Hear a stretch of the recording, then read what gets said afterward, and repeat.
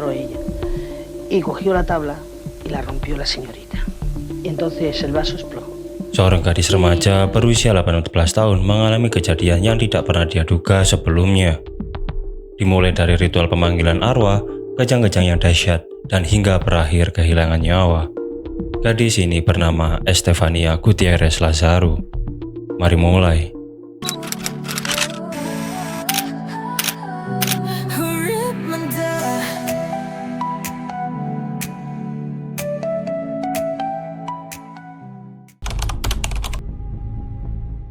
Bulan Maret 1990, kejadian ini terjadi pada Colegio Público Aragon yang sekarang berubah menjadi Juan de Herrera, Distrik Vallecas, Kota Madrid.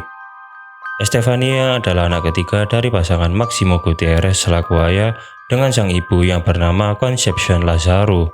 Jumlah saudaranya ada 5. Namun pada wawancara pihak keluarga yang tertulis hanya 3 orang, dimulai dari Ricardo, Maximiliano, serta Marianela. Estefania merupakan gadis pendiam, patuh kepada orang tuanya, serta seorang pribadi yang sangat pemalu. Tidak ada yang aneh sama sekali. Sayangnya perilakunya mulai berubah ketika dia sudah selesai menjalani ritual pemanggilan arwah di sekolahnya. Dan semua ini dimulai dari papan Ouija.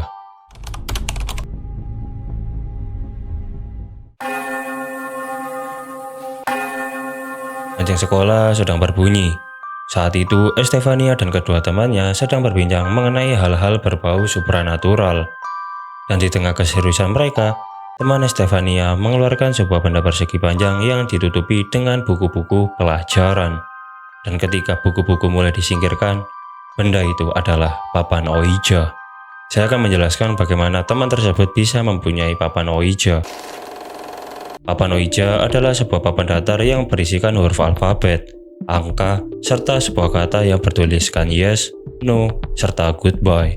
Bersamaan dengan papan tersebut, ada sebuah benda kecil berbentuk segitiga yang mempunyai lubang di tengahnya, dan alat ini dikenal sebagai planchette. Papan Ouija diproduksi pertama kali pada akhir abad ke-19 kurang lebih tahun 1890-an oleh perusahaan asal Amerika Serikat yang bernama Kennard Novelty Company. Dipasarkan sebagai permainan papan dan ditujukan sebagai hiburan keluarga. Kita garis bawahi terlebih dahulu, ini hanyalah papan permainan. Sayangnya target pasar mereka mulai berubah, dikarenakan akhir abad 19 masyarakat barat sedang tertarik dengan hal-hal yang berbau spiritual serta pemanggilan arwah, dan papan Ouija diklaim sebagai medium yang paling mudah untuk digunakan. Dengan penjelasan demikian, bisa kita simpulkan papan Ouija memang dijual banyak di pasaran. Dan kita kembali ke Estefania dan kawan-kawan. Teman Estefania berniatan menggunakan papan tersebut untuk memanggil arwah mantan pacarnya yang baru saja meninggal dunia. Karena dirasa ini adalah kegiatan yang cukup menarik, mereka berdua setuju untuk melakukannya. Mereka bertiga sepakat melakukan ritual tersebut pada kamar mandi sekolah dengan alasan jauh dari pengawasan para guru, kondisi sepi, serta lokasinya yang tertutup. Tidak ada catatan resmi jam berapa mereka melakukan ritual pemanggilan arwah, karena peristiwa ini hanya diketahui melalui kesaksian lisan dan tidak tercatat dalam laporan sekolah maupun laporan kepolisian. Jadi, saya mohon maaf. Kita kembali ke Estefania. Estefania dan kedua temannya sedang berjalan menuju ke kamar mandi sekolah. Ketika mereka semua sudah sampai di lokasi, pintu mulai ditutup. Mereka bertiga duduk melingkar. Papan Ouija ada di tengah-tengah mereka. Ritualnya cukup sederhana. Jari-jari mereka menyentuh pion sebagai papan penunjuk. Tidak ada doa maupun mantra. Dan salah satu dari mereka memberikan pertanyaan sembari menghadap papan Ouija. Dan proses ritual telah berjalan. Beberapa menit telah berlalu. Pion penunjuk mulai bergerak perlahan memilih huruf demi huruf. Mereka bertiga saling menatap dan terkejut. Dan pada saat itu, Estefania menjadi orang yang paling fokus. Raut wajahnya mulai menjadi pucat, dan ketika semua memperhatikan pion tersebut, tiba-tiba seorang guru masuk ke kamar mandi dan memergoki mereka semua. Ritualnya langsung berhenti. Estefania dan kedua temannya berdiri menundukkan kepala sembari dimarahi guru tersebut. Dan pada lokasi kejadian, guru tersebut mengambil papan Ouija milik teman Estefania. Semuanya diam dan menyaksikan. Dan ketika sang guru memecahkan papan tersebut, tiba-tiba muncullah sebuah asap hitam yang berada tepat di tengah-tengah pecahan papan tersebut. Echaba espuma por la boca, por la nariz, lo que sea. Menurut kesaksian teman beserta guru di sekolahnya, asap tersebut masuk ke dalam mulut dan hidung Estefania. Karena pada saat itu posisinya begitu dekat dengan papan yang baru saja dihancurkan. Estefania tiba-tiba gemetar, wajahnya berubah menjadi pucat, dan dia mengeluh kesulitan bernafas serta kepalanya pusing seperti diikat oleh tali yang kuat. Sang guru dan kedua temannya terdiam di lokasi kejadian. Dirasa keadaan Estefania sudah sedikit membaik, sang guru menyuruh Estefania untuk segera pulang menuju rumahnya. Sedangkan kedua temannya disuruh menghadap di kantor setelah jam pelajaran sudah berakhir. Saat itu Estefania berjalan menuju rumahnya seorang diri. Estefania masih berpikir positif kalau dia tidak apa-apa. Sayangnya, dampak buruk dari kejadian ini baru saja dimulai. Sesampainya di rumah, Estefania terlihat begitu lelah. Sang ibu mempertanyakan apa yang sedang terjadi kepada putrinya. Estefania menjelaskan kepada ibunya bahwa dia mengalami sakit kepala, tubuhnya lemas, dan sesekali kesulitan untuk bernafas. Sang ibu, Conception Lazaro, menyuruh Estefania untuk segera menuju ke kamarnya dan segera beristirahat. Estefania mulai melangkahkan kakinya menuju kamar pribadinya, dan sang ibu masih terus mengawasinya. Beberapa jam telah berlalu. Pada sore hari, semua anggota keluarga sudah berada di rumah. Sang ibu menceritakan kondisi Estefania kepada suaminya beserta anak-anaknya yang lain. Seluruh anggota keluarga mengira Estefania hanya mengalami kelelahan biasa akibat aktivitas di sekolah. Namun pada malam harinya, kondisi Estefania memburuk secara drastis. Dia mengalami kejang-kejang yang begitu hebat. Tubuhnya menjadi tegang tidak terkendali, dan matanya terbuka lebar menatap ke langit-langit di kamar. Pada saat itu, pihak keluarga memutuskan membawa Estefania ke rumah sakit terdekat di pusat kota. Dalam perjalanan menuju ke rumah sakit, tubuh Estefania masih kejang-kejang tidak terkendali. Dia masih kesulitan dalam bernafas, dan kesadarannya mulai tidak stabil. Setibanya di rumah sakit, pihak medis segera melakukan penanganan darurat dan berlanjut dengan pemeriksaan saraf beserta pemeriksaan fisik. Pemeriksaan sudah selesai, dokter keluar dari ruangan penanganan darurat. Ketika pihak keluarga ingin menanyakan apa yang sedang terjadi, sang dokter hanya diam dengan wajah penuh kebingungan. Sejak pertama kali dibawa ke rumah sakit, kasus Estefania menjadi teka-teki bagi dunia medis. Dokter sudah melakukan berbagai pemeriksaan standar pada umumnya, dimulai dari pemeriksaan saraf, observasi fisik secara menyeluruh, serta pemantauan kondisi selama kejang. Dalam beberapa wawancara yang dikutip dari media Spanyol setelah kasus ini muncul di permukaan, pihak medis yang pernah menangani Estefania tidak sekalipun mempublikasikan nama maupun identitasnya. Namun untuk hasil pemeriksaan, para dokter setuju bahwa mereka tidak menemukan penyebab medis yang jelas pada tubuh Estefania. Kita kembali ke cerita. Setelah penanganan awal, Estefania dipulangkan ke rumah. Bukan karena dia sudah sembuh, melainkan karena dokter tidak menemukan alasan medis untuk menahannya. Pihak rumah sakit hanya memberikan obat penenang. Namun setelah dari rumah sakit, penderitaannya semakin menjadi.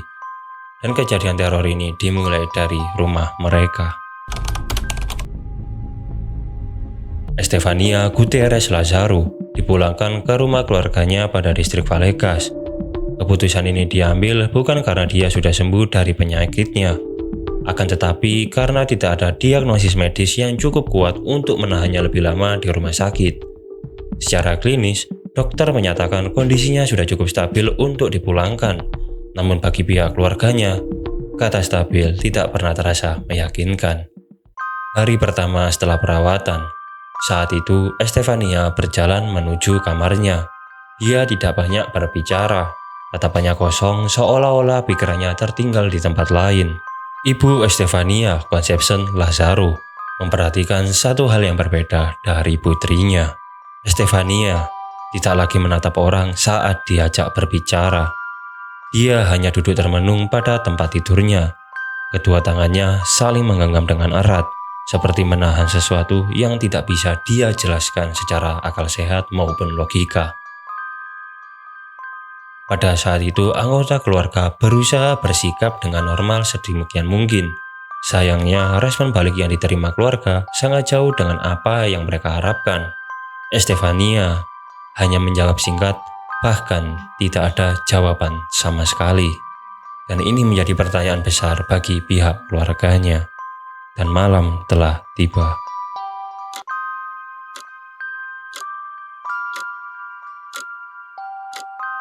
Lampu kamar Estefania dibiarkan tetap menyala. Dia menolak tidur di dalam ruangan yang gelap. Setiap kali matanya terpejam, nafasnya berubah dengan cepat. Dadanya naik dan turun tidak teratur dan tubuhnya tiba-tiba tersentak dengan luar biasa.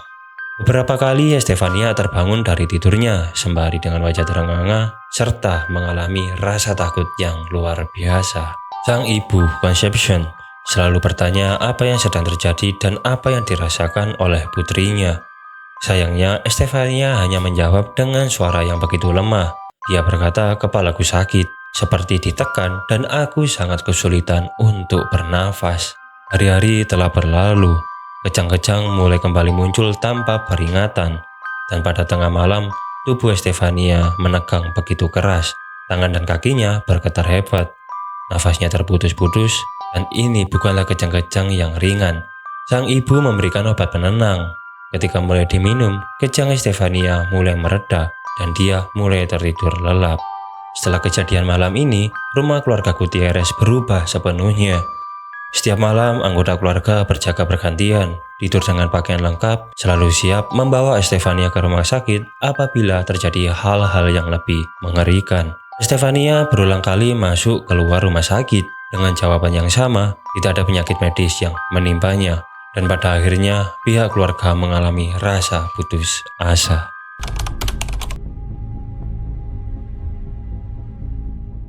Hari ini tidak terasa berbeda dengan hari-hari sebelumnya, namun bagi keluarga Gutierrez, harapan mereka benar-benar sudah hilang. Saat itu Estefania sudah kembali dari rumah sakit. Dia sudah meminum obat kejang sesuai dengan anjuran dokter. Secara medis tidak ada tindakan tambahan yang bisa dilakukan, dan dari sinilah keputusasaan itu muncul. Tubuh Estefania semakin melemah, obatnya tidak lagi menolong. Dan pihak keluarga sudah menyadari tidak ada jalan lain selain berharap datangnya keajaiban. Menjelang saat-saat terakhirnya, pihak keluarga berada di dekatnya tidak meninggalkan Estefania seorang diri. Dan ada satu hal yang terlihat sangat jelas. Tenaga Estefania sudah hampir habis. Tanpa peringatan, tanpa apa-apa, kejang-kejang terjadi kembali. Dalam upaya terakhir, pihak keluarga berusaha menolong semampu mereka. Namanya dipanggil berulang kali. Tubuhnya diguncang perlahan, tidak ada respon, tidak ada teriakan, dan tidak ada perlawanan. Yang mereka rasakan hanyalah keheningan yang perlahan mengambil alih seisi ruangan. Dan pada satu titik, gadis berusia 18 tahun ini akhirnya meninggal dunia.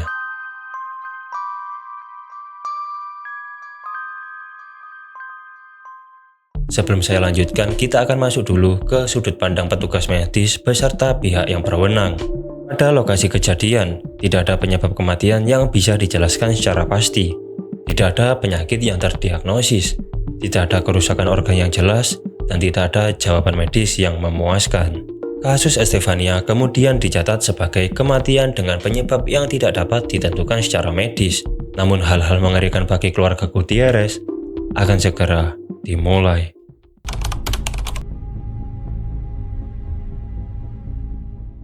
Beberapa hari setelah pemakaman Estefania, rumah keluarga di distrik Vallecas mulai mengalami kejadian-kejadian yang tidak biasa. Dimulai dari suara ketukan pada malam hari, benda-benda berpindah tempat seperti ada orang yang memindahkannya, serta pintu ruangan yang tertutup sendiri. Keluarga Gutierrez masih mencoba berpikir rasional.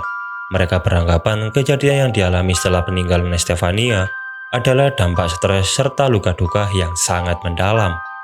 Sayangnya, kejadian ini semakin muncul dan terus berulang. Dalam laporan resmi kepolisian, Fenomena yang dialami pihak keluarga juga dialami oleh ketiga petugas yang sedang melakukan penyelidikan pada lokasi kejadian. Pada satu malam, 3 petugas polisi datang ke rumah tersebut. Mereka datang karena adanya laporan gangguan fisik yang menimpa keluarga Gutierrez. Ketiga petugas tersebut melakukan penyelidikan dan apa yang mereka saksikan dicatat secara resmi dalam laporan kepolisian tertanggal 27 November 1992 dan menyimpulkan kejadian-kejadian yang mereka lihat tidak bisa disimpulkan secara rasional. Dimulai dari benda-benda bergerak secara tidak wajar, sebuah poster yang tiba-tiba terjatuh di depan mereka, serta suasana di tengah penyelidikan berubah menjadi tegang dan dingin. Namun ada satu hal yang cukup mengerikan dan ini benar-benar ada bukti nyatanya. Mereka semua menyaksikan foto Estefania terbakar dengan sendirinya pada bagian tengah. Ini merupakan hal yang aneh bagi anggota keluarga. Bagaimana bisa sebuah foto yang terpajang tiba-tiba terbakar pada posisi tengahnya saja? Seakan-akan itu adalah tanda dari entitas yang tidak terlihat memberikan ancaman kepada keluarga Gutierrez. Dimulai dari kejadian-kejadian mengerikan yang dialami oleh keluarga Gutierrez, beserta fenomena yang disaksikan oleh petugas kepolisian. Keluarga Gutierrez disarankan untuk segera pindah dari apartemen tersebut, dan pihak berwenang akan membantunya dalam mengurus surat pemindahannya. Dan kita akan masuk ke fase penutup. Kasus Estefania Gutierrez Lazaro bukanlah sekedar cerita horor biasa. Ini adalah rangkaian peristiwa nyata yang tercatat secara medis, hukum, serta dokumen resmi kepolisian. Dan yang sangat disayangkan, mereka semua tidak menemukan satu jawaban yang pasti. Segalanya bermula dari sebuah peristiwa di sekolah, berawal dari papan Ouija, berakhir hingga sebuah petaka. Bagi keluarganya, ini adalah kisah orang tua yang melihat anaknya begitu menderita. Semua jalur rasional perlahan tertutup. Titik putus asa tidak datang karena mereka menyerah begitu saja, melainkan karena tidak ada lagi yang bisa mereka lakukan. Dan Estefania meninggal di rumahnya sendiri dalam keheningan tanpa sebuah jawaban. Kesimpulan pihak kepolisian, setelah ditinggal oleh Estefania, rumah keluarga Villegas justru mengalami fenomena fisik yang berulang terus-terusan. Tidak hanya disaksikan oleh pihak keluarga, akan tetapi dicatat secara langsung oleh kepolisian negara Spanyol dalam laporan resmi tahun 1992. Dalam laporan ini tertulis penjelasan yang formal, tanpa bahasa mistis, serta tanpa kesimpulan supranatural. Dalam dokumen ini ada satu poin yang sangat penting. Fenomena mengerikan ini terjadi di depan mata kami dan tidak bisa dijelaskan dengan akal sehat maupun pikiran rasional. Sebenarnya banyak sekali pertanyaan yang sampai hari ini belum ketemu jawabannya. Dimulai dari siapa sosok yang menghantui Estefania, teror-teror apa saja yang menghampirinya, serta siapa nama teman-temannya yang melakukan ritual Ouija. Tulis pendapat kalian pada kolom komentar, like video ini jika kalian suka, subscribe channel ini untuk menemani waktu luang kalian, dan apabila ada yang kurang, saya mohon maaf. Saya Adam Murimada, signing out, terima kasih.